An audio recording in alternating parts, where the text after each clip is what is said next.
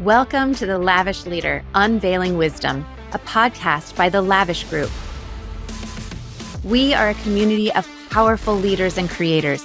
Each one of us is on a different path and from a different background, but we all embody aspects of what it means to truly live a lavish life. And we are here to share our stories. I'm your host, Dr. Erin Martin. Welcome, everyone. Today, our guest is a rock star. We have Bozoma Saint John in the house, and I'm going to introduce her, and then we're going to start talking, and it's going to be just an amazing conversation. So for those of you who don't know, Bozoma Saint John is a Hall of Fame inducted marketing executive, author, and entrepreneur who is worthy of the Harvard Business School case study written about her career titled Leading with Authenticity and Urgency. In February of this year, which is 2023, she published her memoir, The Urgent Life, with Viking Books. Her brilliant career has spanned various industries and includes roles as the global CMO of Netflix, the CMO of Endeavor, the CBO of Uber, head of marketing of Apple Music and iTunes, and head of music and entertainment marketing at PepsiCo. Her work has been lauded and awarded with notable recognition, including being inducted into the American Advertising Federation Hall of Fame, induction into the Billboard Women in Music Hall of Fame, and induction into the Marketing Hall of Fame. She's been included in the Fast Company's Most Creative People, the Hollywood Reporter's Women in Entertainment Power 100 list, and most recently crowned as the world's most influential CMO by Forbes. Her memoir, The Urgent Life, which I have right here, and it is brilliant and amazing, was published, as I said, just earlier this year. While her successful online tutorials, The Badass Workshop, teaches others to be their greatest selves. She says by far her greatest achievement is in raising her 14-year-old daughter, Lael. So here we go. Welcome, Bozoma. Oh, thank you, Erin. I so appreciate that. By the way, we're now officially besties, so you can call me Boz. There's no need for the formality. Okay. Thank you so much. Well, it is an honor and a privilege to have you here. You have an absolutely, not just an amazing story, but one that is inspirational and is timely. It's right on for where people are in their psyches and all of that with the world events and all of that going on. So I'm so excited to be talking with you about that here. I would love it if you would first share with us your story. Now, I know you've written this whole book on it, and it's amazing, and it tells so much of your story. But for those who have not read it, if you could kind of give us what are the big events and those important points to start off with? Well, it's like that's a big question. Well, you read off my resume. Interestingly enough, when I went to write my book, many publishers wanted me to write the how to be a marketing badass book, or how to succeed in corporate as a woman, or I don't know, any number of things that had to do with my career. And I felt that it was important for me to write about my personal story of tragedy and loss and survival, really, because it is actually what has made me who I am. It's I'm not who I am in spite of my losses, but because, it's I don't live a fearless life. I live an urgent life. It's fear is there, but it's my fear of not completing, not accomplishing, not living the biggest life that I can. And that is what drives me. So whether that is in my work, whether it's in my love as a mom, whether it is my love as a friend or a sister, or any number of roles and identities that I have, it is because of those personal things that have happened to me. So the death of my husband of cancer almost 10 years ago was a significant, I don't even know what the word is. How do you even describe that? I don't want to call it an event. The event sounds so little. It's like a shattering a life that I thought I had. And putting those things back together and putting my life back together is what has formed this imperfect yet urgent person, who is looking at you. But on top of that, it's all of us are dealing with such grief over many types of losses. And so it's like, for me, I think about whether it is the tragedy of losing my daughter on the day she was born or my boyfriend by suicide when I was in college. Like all of these things are so big. Any one of them is enough for you to sit down and not move anymore. It's like, I'm not even trying to pretend to be some sort of superhero at all. My book and my life, and I think my testimony is about my survival in joy and not necessarily my survival of these horrible tragedies that happened to me. Right. I think that, like you said, any one of those things would be enough to just make you stop in your tracks. And many people would say they wouldn't blame you. They'd be like, listen, lay off her. She's been through a lot and it's going to take her some time to recover. 2 years ago in May, my best friend committed suicide. And that grief, that tragedy, the impetus for me to sit down and finally say, you know what? I worked with enough women over the course of my career as a physician who have had trauma. It's time for me to sit down and write this. And I really consider being the ability to kind of recycle that adversity and recycle that trauma a way to help others is really my true definition of vitality, like being able to just keep all of it. Oftentimes when bad things happen, people want to kind of process it and forget about it or stuff it down and not think about it. But you were already a leader in your professional life when all of this was happening. And even in your book, you say you were just kind of trying to go on with life in the midst of these things, your husband being sick, and people didn't really know that that was happening until it got to the point where you couldn't hold it together anymore. You needed some support. What made you decide to tell your personal story? And did you always know it was going to be as impactful as it's been? And it's really kind of put you in a whole nother leadership position. That's a really great question. I don't know that I thought it would be impactful. And that probably sounds strange. Actually, let me change that. I didn't know that it would resonate, that like impact is a whole nother thing. I think resonating is something I'm so surprised. I am surprised by how many people find themselves in my story. It's like, look, we all walk around this world. I certainly think I'm very unique, right? You're very unique. Everybody's unique. Like we all have our different paths. We have our different religions. We have our cultures. We have our race. We have our status, all these things that define us and make us unique. And I am very surprised, shocked, in fact, by how my story has resonated, how people tell me things about their own lives that aren't necessarily a mirror to mine, but they feel it. They feel the depths of something. They said, oh, well, this thing happened to me. And then even just you and I right now, you said 2 years ago, your best friend died by suicide. Well, my college boyfriend died by suicide 23 years ago. I'm sure that if we spent the next hour talking about our feelings around that, we would find so many connective points. And it doesn't even need to necessarily just be about whether or not you are a survivor of a loved one dying in that way, but the depth of the loss of someone that you felt that you could have saved, or maybe feel guilt over not seeing signs or not picking up the phone or not rushing over there or any number of things. Like we all have so many of those feelings. And so it doesn't have to be the exact same story, but I am surprised by how resonating it is for many people.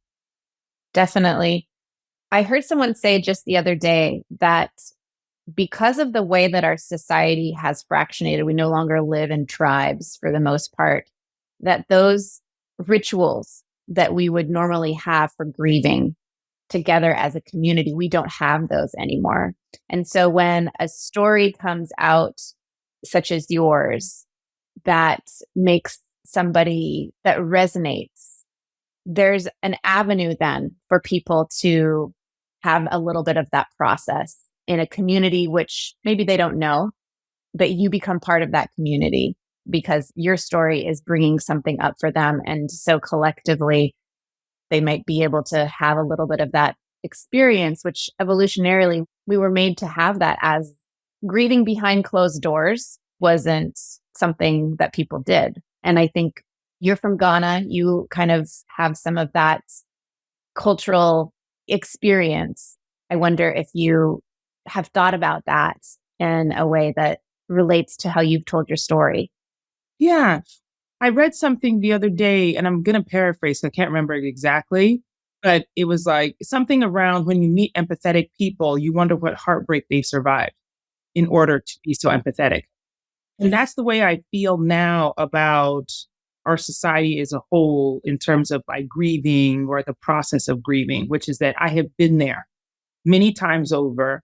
I know what it feels like, the sharpness of the moment, then the dullness of the moment, then the loneliness of the moment, and then the anger of the moment, like all of the feelings. And so, to your point about community and society, I find it now that I am much more proactive in my support of someone who is grieving than I would have been if I had not been grieving myself. That I no longer say things like, I'm here if you need me. It's like such a passive thing to say. What am I going to do? You know how many people said that to me over time? And just like when you're in that kind of depth of like sorrow and darkness, you are not reaching out to anybody. You feel like you're a burden to people. You don't want to make anybody else sad. You feel like you're just going to trouble them with your problems. And so you don't reach out.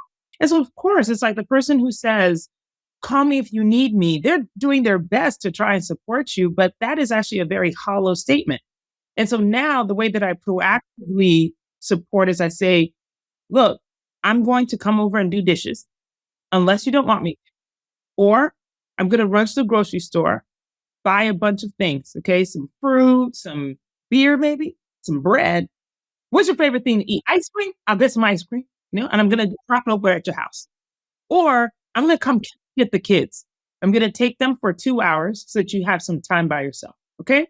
Or do you need 3 hours? You want it to be an hour? Or do you want me to just come over and sit next to you on the couch? It's like the offering of my service in grief is what I've learned about how to better support as a society.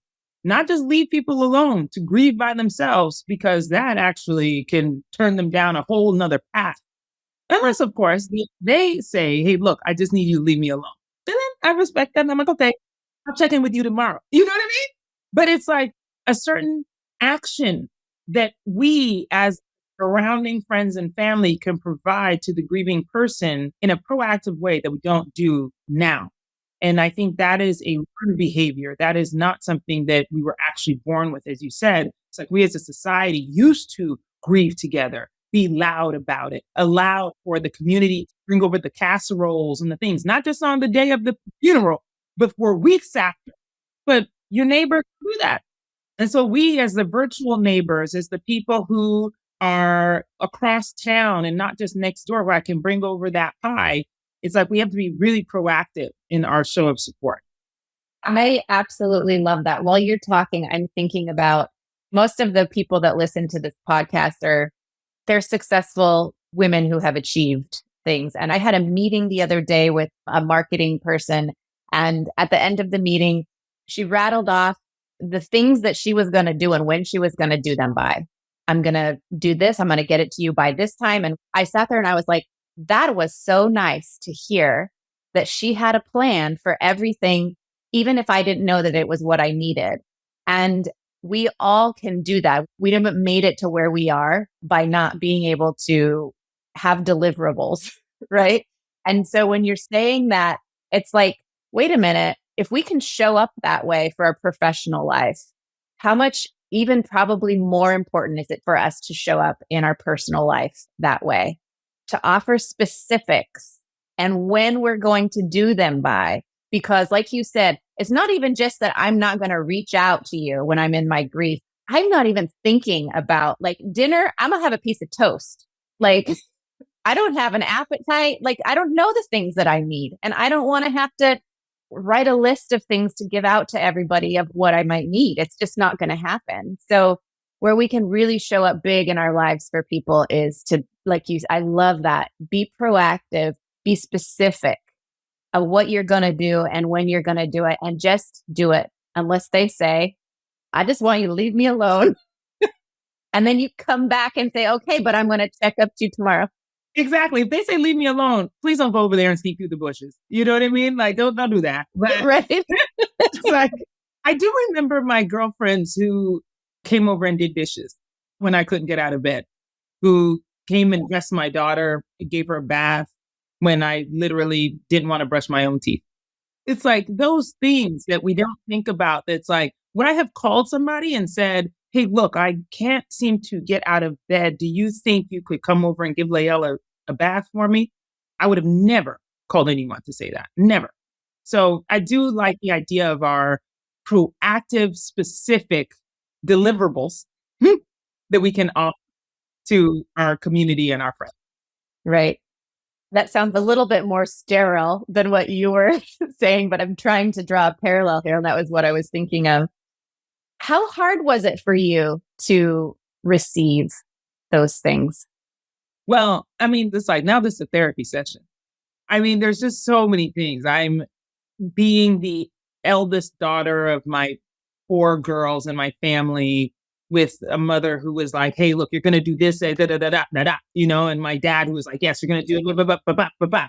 And then being in a world where you have to be a strong woman, you know, it's like in the workplace and whatever, you know, in every capacity, you got to be strong, means that you cannot ask for help. That's exactly why I'm asking this question. Yeah, it's like, isn't that what we're supposed to be? Like, we're supposed to be independent and like, you know, we can do everything on our own and all that. And if you ask for help somehow, you're weak. I mean, that's like permeating from childhood into our careers. And so how would we ever be able to do that? So I'm so thankful that I have the kind of support and community who were forcefully helpful, who didn't just say, like I said, they weren't passive with it, like, hey, can we help? It's like, no, they came over and said, we're going to do this for you. And after that experience, especially with my husband's death, it allowed me the space to be able to then ask for the help when I needed it because I already been shown it. You know, it's like anything else in life. If you don't know that it exists, you don't know to even ask for it. And so the situation I was in forced me to have to ask for help once I had received it, once I understood what it felt like to hear the bathwater running that I didn't necessarily draw myself, but knowing that somebody was taking care of it. And so the next time where I was like, oh man, I can't even really contemplate what I'm going to eat for dinner, it was easy then to call the girlfriend who had brought over the dinner the other night and say, hey girl, do you think you could order me something? You know what I mean? Like that, it became easy. I'm not saying that it's like automatic now, but I would say that, again, my experiences as now a single mother, someone who is very active in my career, I travel a lot. I have to ask for help from my community. It's my only way to survive it. Yes, the only way that I can actually do all of this is to ask for the help so that I can put in the people who are going to help me achieve the thing I need to achieve. And that has been a much easier process for me once I received the help and could then mimic it by asking. Right. There's this whole epidemic they talk about of women at the top feeling really lonely. And it sounds like that there's nobody who's going to make it through life without having some sort of tragedy or having to grieve something. Loss is part of our human experience. But how we allow our community to support us, whether that's friends, coworkers, family, whatever that is, it sounds like it's almost the opposite of lonely for you. You have circled the wagons. You have this tribe around you that even now, like you said, Peter died 10 years ago, but you have a 14-year-old daughter that you're raising and you're still being this global working woman. And you have people that support you in order for you to live this life. And as hard as it's been for you to, or it was in the past, as hard as it was for you to ask for help and even accept that help, you've learned that that's how life, that how it's working for you. Does that sound about right? Yeah, I think we have to be active in our own survival. We have to be aggressive in our own survival, meaning that we can't sit back and hope that somebody reaches out a hand or hope that somebody says, hey, look, I'd like to help you out because everyone is busy, everyone is moving around. And that is also psychologically difficult because then we think, oh, everybody's too busy to help me. But like anything else, we were just talking about the deliverables, making it a plan. Like I use a lot of my career knowledge for my personal life. So it's like my calendar is not just a calendar full of the meetings and the presentations and the flights that I have to catch for work, but also full of the things I need to run my personal life. So I know that like if I have to take a flight that will mean that I can't take my daughter to school, I've got to ask somebody to come and do that for me. And so that means I've got to plan that and say, okay, cousin Tina, you to get over here, or spend the night on Monday night because Tuesday morning I've got to catch an early flight and I need you to take Lael to school. Like there is an action now that I am so used to having that I'm able to pull on different members of my community to help support that. And like anything else, I try not to overtax anyone. And I know what people's strengths and weaknesses are. Just like you would do when you build any team. It's like, I know the people in my life who will be great to take Lael shopping. I also know the people who will be great for me to call over when I need to have that wine and talk about what's going on. I know the people that I need to call when I have to complain about something and maybe like something in their experience can help me. We all know that. It's like the same way that you build your working is the same way that I build my personal team. And so using all of the strengths of my community, I'm able to then build a support system that is able to accelerate my own success in my personal life and then in my career. Yes. I love how you just said that, accelerate my success. The reason I'm talking about this is because I work with so many high powered women who are trying to do it all themselves. And that leaves us all writing the edge of the envelope. And when one thing happens, when that one tragedy happens or whatever, it inevitably, when we're trying to do everything ourselves and we don't want to ask, we don't want to receive, and we don't allow that to happen, then the whole house falls down. So all of you out there who you're like, oh gosh, that's me, listen up and take this advice because it will save your life someday. Thank you so much for sharing that. Well, I get the impression that you have allowed yourself to grieve fully through things. And the reason that I want to talk about this a little bit is I've encountered so many people who are kind of what I say, waiting to heal. They don't want to look at the hard stuff. Although we never get over some things, we can resist that grieving and carry that with us for long periods of time. What did you do to allow yourself to grieve fully? And did you feel like you had an option? I think different situations, because not everything is equal. So different situations have allowed me to grieve differently, where as a society, we respect the process of someone grieving when we think it's valid. It's like when my husband passed away, people gave me time.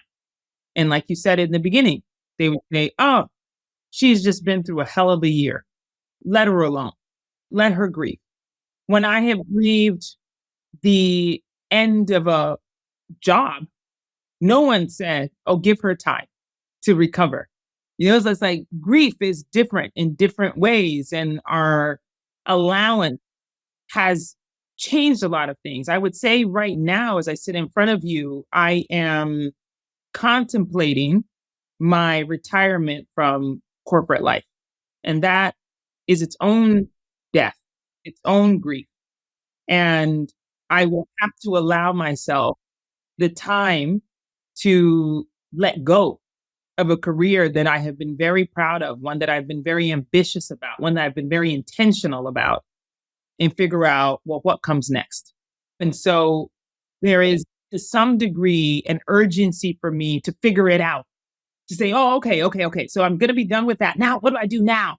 Because that's how we are, right? We're supposed to find the answer. We're supposed to know it right now.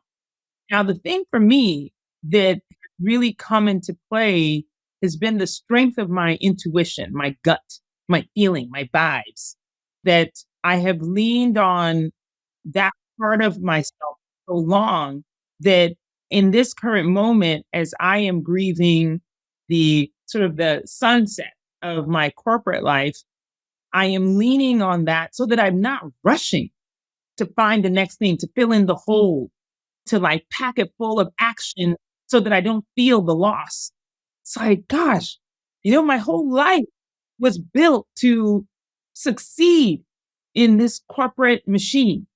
And if now I'm looking back and thinking, oh gosh, I guess that's over. Now what the hell do I do? It's a whole identity. When people say like, oh, so what do you do?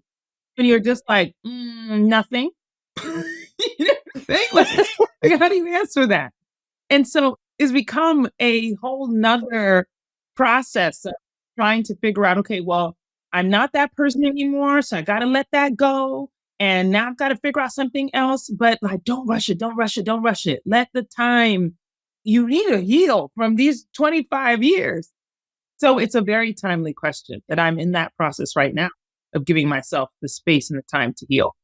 Well, I just love what you just said, though, because when I ask the question, I'm thinking more about the past. And what you're talking about is things that are much more immediate. And it actually brings up a really great life is always changing. That's really the only thing that is for sure, right? Is that nothing's ever going to stay the same. And that's hard for us humans to kind of be okay with. And so there is almost a continual process of letting go. And when you're talking about leaving your career and that loss of identity, yeah, it's a process. When I left medicine, I was burnt out and I thought it was going to be the best thing. And when I faced it, looked at it in the face, it scared the crap out of me.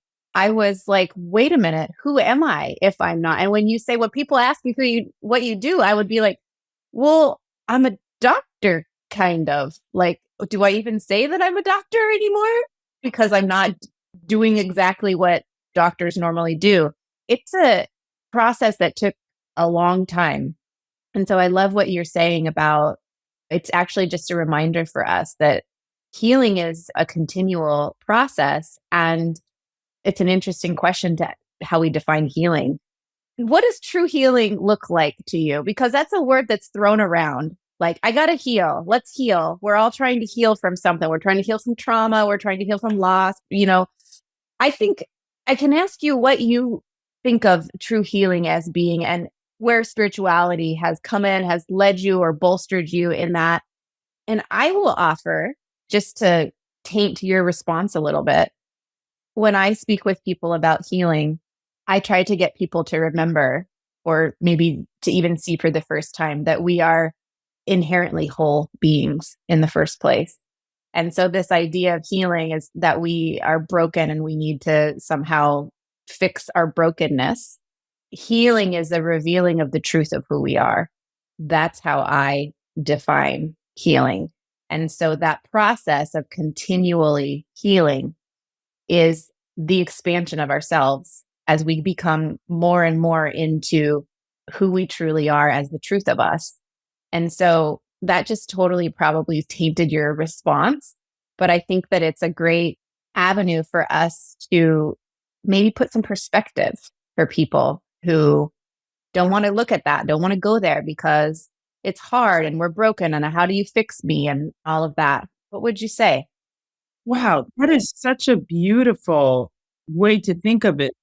Well, I love that perspective. I really do. And you're right. I wouldn't say it tainting. I just think it's expanding the way I'm thinking about healing also. But I have considered what healing looks like for me. And I found it best.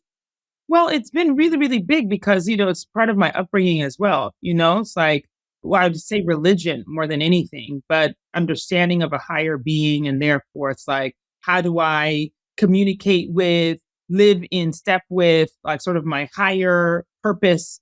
And what does that mean is, for me as like an eternal being? How do I live in the world, getting to know myself better and better and better? And the way that I've been thinking about healing has been more in line with like the Japanese art form kintsugi. which is it's like the broken pieces of pottery that are put back together with precious metal, either gold or silver or something else that makes it what it was, but in a new way. That I find that I see my healing as those fissures. It's like, how can I make that the separation of what I have been come back together, but not like it was. It doesn't need to go back to normal. It doesn't need to be perfect. That like this new version that I am, somewhat to what you were saying, is an expanded version. It's somebody who has some scars, but somehow those scars are painted in gold or maybe glitter, a little sequins in there, that it's not all so bad. And so I'm a new version constantly. And the idea of my healing is not a past idea. I think it's a continual one. Because like when people say, oh, time heals all wounds or you'll get over it.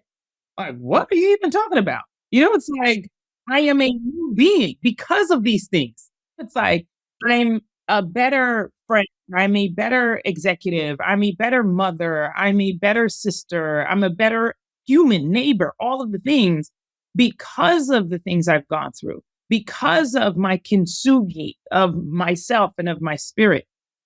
God who is helping to guide and expand and all those things. I am better because of all of that. And so my healing is the understanding of that the things that have come to splinter me and have broken me are actually forming me into a new, better, more expansive human. And so therefore I'm able to be grateful for the experiences instead of resentful. Yes. That's so perfect. Because I get the impression that you like who you are. Like, and I feel the same way about myself. Like, you know what? I kind of like who I am. And so all of those things that have happened to me that make me who I am, how can I not be grateful for them? I must have some sort of reverence and gratefulness for those things because they were the coloring book of my life. Right. So it's beautiful. Yeah. And you know what? It's so interesting. I had a friend the other day, girl, we don't have the time to really get into this, but it's like love after loss is a whole nother thing that we should talk about at some point. And recently I'm working through heartbreak, which it's such an interesting thing because we deal with all kinds of heartbreaks over time, right? But everyone feels somehow, of course, like special and painful and terrible, as if you've never felt it before, you know?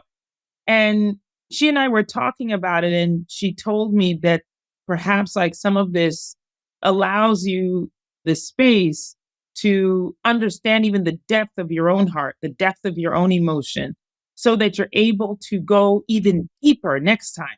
You can go, you can love even harder next time. And I think about that and I'm like, yes, when Peter and I, because we separated before he even got sick, and then we reconciled through his illness.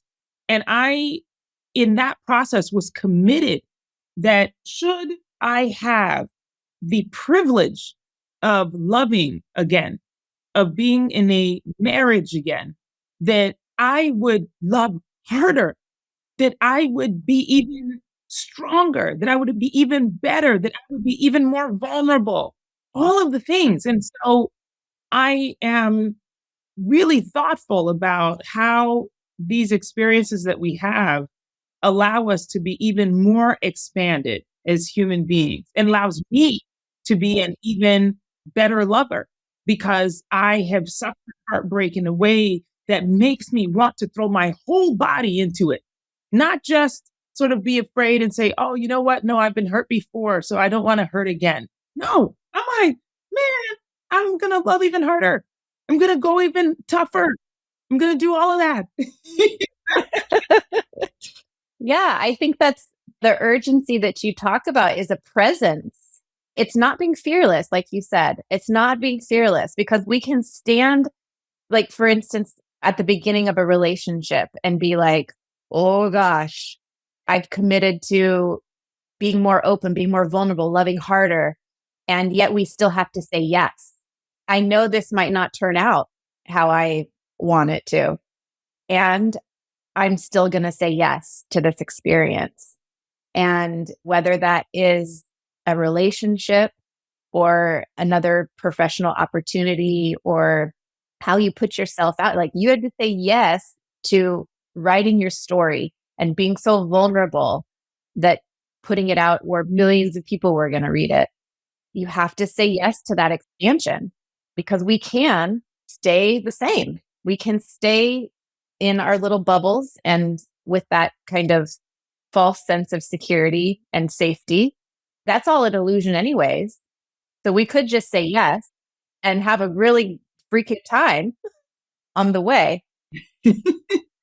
Exactly. And we can expand. Like you said, I love the word that you use, expansion. I think that's a brilliant word. I love it because if we only looked at our life in that way, then we would be less afraid to try the new thing, to love again, to trust again, because perhaps like all of these experiences are just expanding us, making us richer, making us better, making us even more lovable.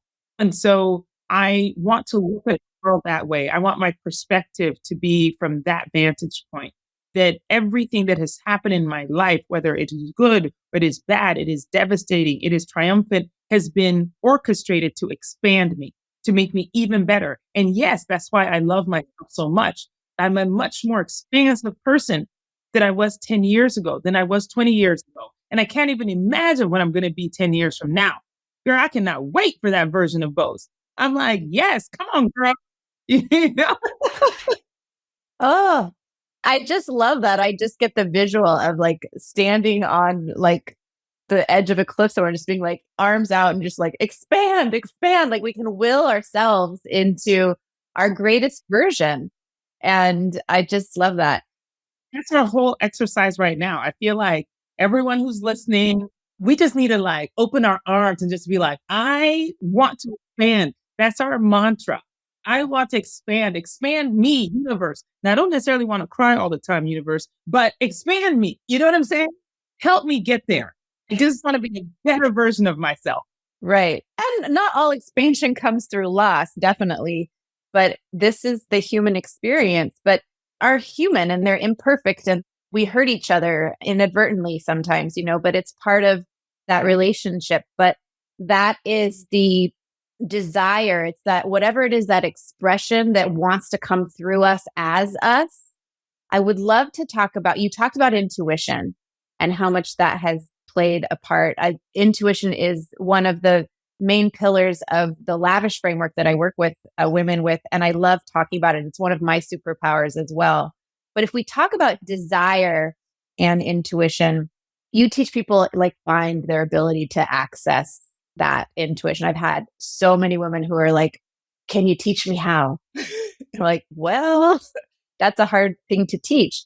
Can you talk about how you've honed this, what I call our kind of divine GPS, and how have you honed that for yourself? Yes. Well, I'm with you. It's like one of my favorite things. It's like when your intuition is talking to you or making you feel something, man, you're right. I feel like it's a superpower. I'm literally like, I have not been wrong yet when I have listened to my intuition. I haven't. Like, it's almost scary. You're just like, oh my God. It literally is the map. And nobody else has access to it but you. What a beautiful thing. I kind of have looked at my intuition almost like as like a friend. And I do use the analogy where it's just like, look, if you had a girlfriend who you kept going to and saying, hey, like, what do you think about this thing? And she says, oh, that's terrible. And you were like, I don't think so. I'm going to go this way. And then you go back to her and you're just like, so what do you think about this other thing? She's like, I think you should do that. And you're like, no, I'm going to do this instead. It's like every time you do that, she feels worse and worse and worse. Her voice is going to shrink more and more and more. And she's eventually not going to talk to you. That's the way I see my intuition. I'm like, I'm just continuing to give my intuition power. I'm continuing to trust it. And in so doing, I am reliant on that advice. And the thing about the intuition is that I feel like because it is mine, it is the most reliable source of guidance. It's like everybody else in the world who loves me, my parents, my sisters, my besties, my mentors, they can love me and give me advice, but they aren't in this life. They aren't in this body. They don't have the exact same path that I have. So how would they know how best to advise me? And so that comes into action for me a lot. In that, like in my corporate career, and I've been very public about this, I don't ask anybody for advice on when I should leave, what job I should take, what I should do. I don't ask anybody for that advice. And that is a habit that I think many of us have not cultivated. And even when you think about like the pro and con list, here we are writing down these lists. Yeah, you know what? You're going to talk yourself into a bad idea or talk yourself out of a good one. That's what you're doing. Why not, instead of writing that down on list, just get quiet and say, okay, what do I actually want? And most of the time, that's really scary to do because you know what you want. You just don't want to do it. And so your intuition is already speaking to you. You just don't want to do it. That's why you're over here writing a list. That's why you're over here calling your cousin and being like, girl, what do I do? It's like, no, you already know. You're just either looking for the affirmation that you should do that thing, or you're looking for somebody to tell you that's a bad idea, even though your intuition is telling you it's a good idea. And so I think the more that we give our intuition power, the stronger it becomes. I can't tell you how many times in my professional career, in my personal life, my intuition has come loud and clear, and it has never, ever, ever steered me wrong. I'm so committed to her. She's really kind of dope, actually. Yes, I'm so with you. I love the words of wisdom for people in general. They get the message and they don't act on it. They talk themselves, they go back into their logical mind. And that's where we run afoul, usually. Yes, exactly. We're over here like saying, well, that doesn't make sense. So let me not. But does magic make sense? No, it doesn't. Wouldn't you rather live a magical life than a logical life? I do.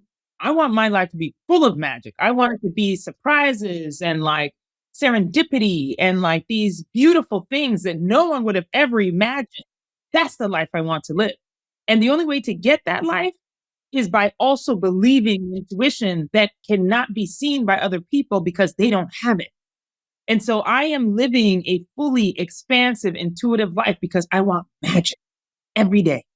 That is so beautiful. I have just like the most amazing visual of you right now, Bose. That standing on the edge of the cliff, there's like a glitter in the sky. You're like, expand me. And you're just like, I'm signed up for magic. Like, I'm signed up for this. And the serendipity and all of those things that it's like, just freaking surprise me. Let's go. It does sound magical. It's so beautiful. Oh, wow. You talk about authenticity and you also talk about living unapologetically. And I just love this word. It's a really potent way to show up for life. And what we're talking about right now just dovetails into this so perfectly. Where does authenticity and living unapologetically, where do they intersect? And how do they build on each other with that urgency that you speak about? Yeah, where do they intersect? We use the word a lot, right? It feels like now a throwaway word like authenticity and unapologetic. People say that and it's like so casual of a thing, but it is actually very difficult to live those. And this is where, it's a little controversial because people are like, oh, why would you use this word? But I'm like, it is actually about being selfish. It's like you don't get to authentic, you don't get to unapologetic without being selfish. And selfish is not a bad word. It just means that I am centered in my life. I am centered in my life.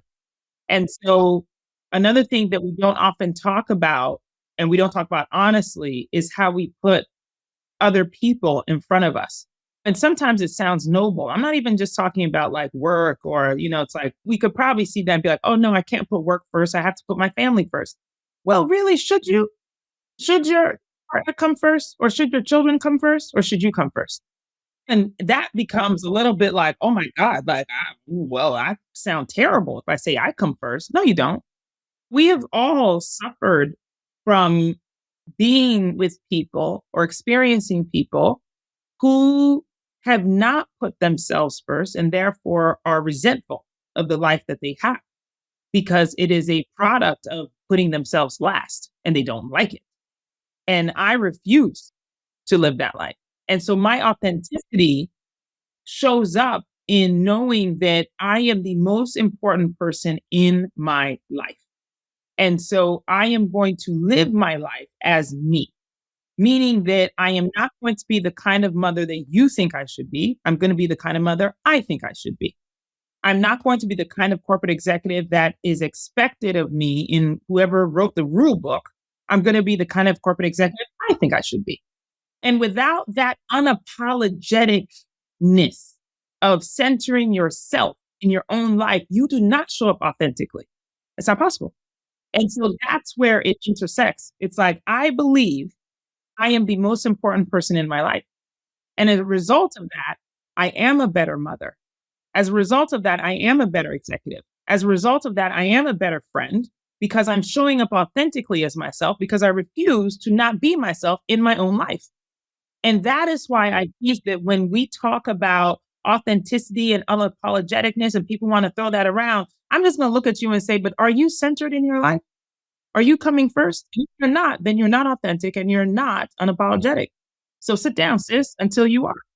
That's the best explanation of selfishness that I have heard in a long, long time. No, thank you. I don't want that life. I don't want to turn around and then it's like I've been living this life that other people have deemed important and I don't like it. And by the way, I don't think it's doom and gloom. I think if you are listening to this right now and you are living in a life that you do not like, then I want you to recenter yourself in your life and change it.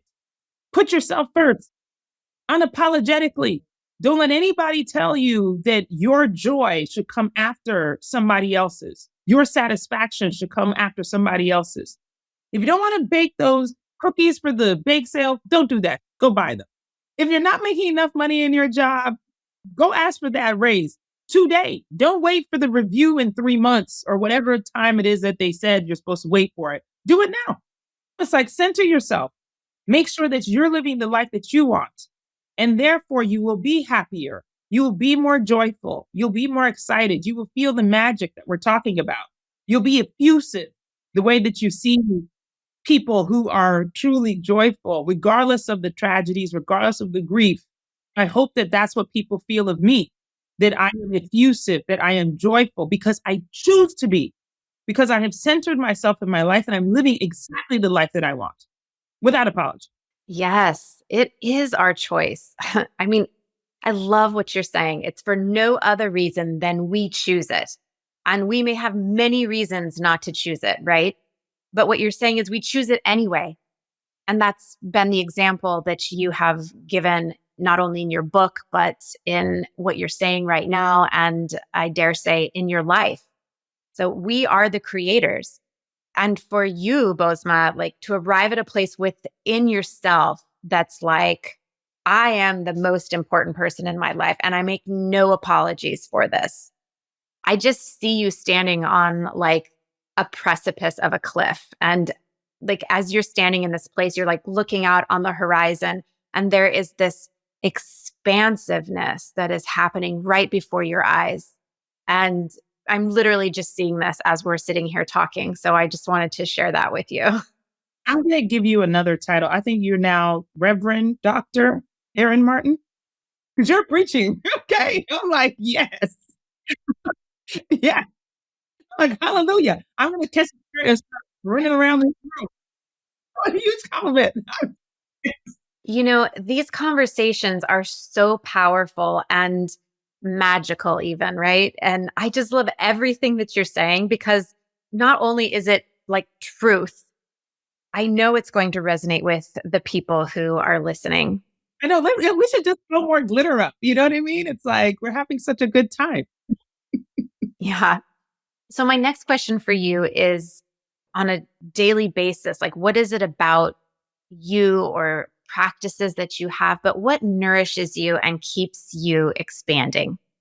Well, I am endlessly curious about people, about life, about all kinds of things. I mean, I think it's why I'm in the career I'm in as a marketer, that I've always been so highly curious. And it's not necessarily that I'm a people person. I'm just interested in people. And so that keeps me nourished because it's not just about my immediate tribe who I am getting inputs from, but from a larger society and those who don't have the same experience as I do. I am endlessly curious about that. And so it keeps me nourished because I just think there's so much to understand and so much to learn and so much to gain from everyone that I don't hold anyone over somebody else.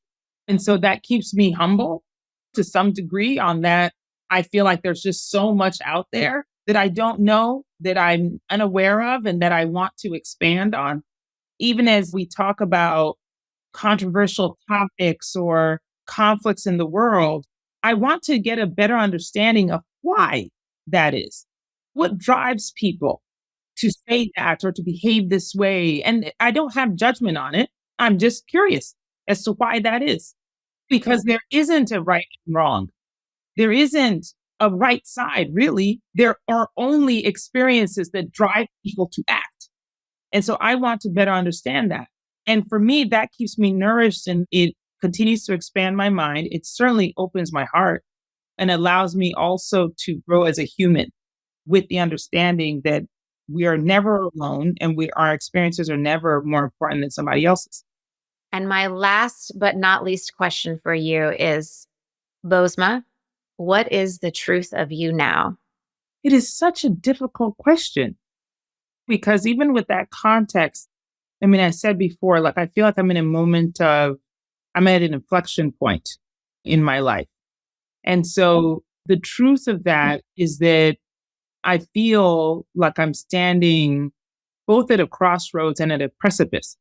So even to the visual that you explained, seeing me on a cliff, I was like, ooh, this girl is psychic, because that's what the truth is.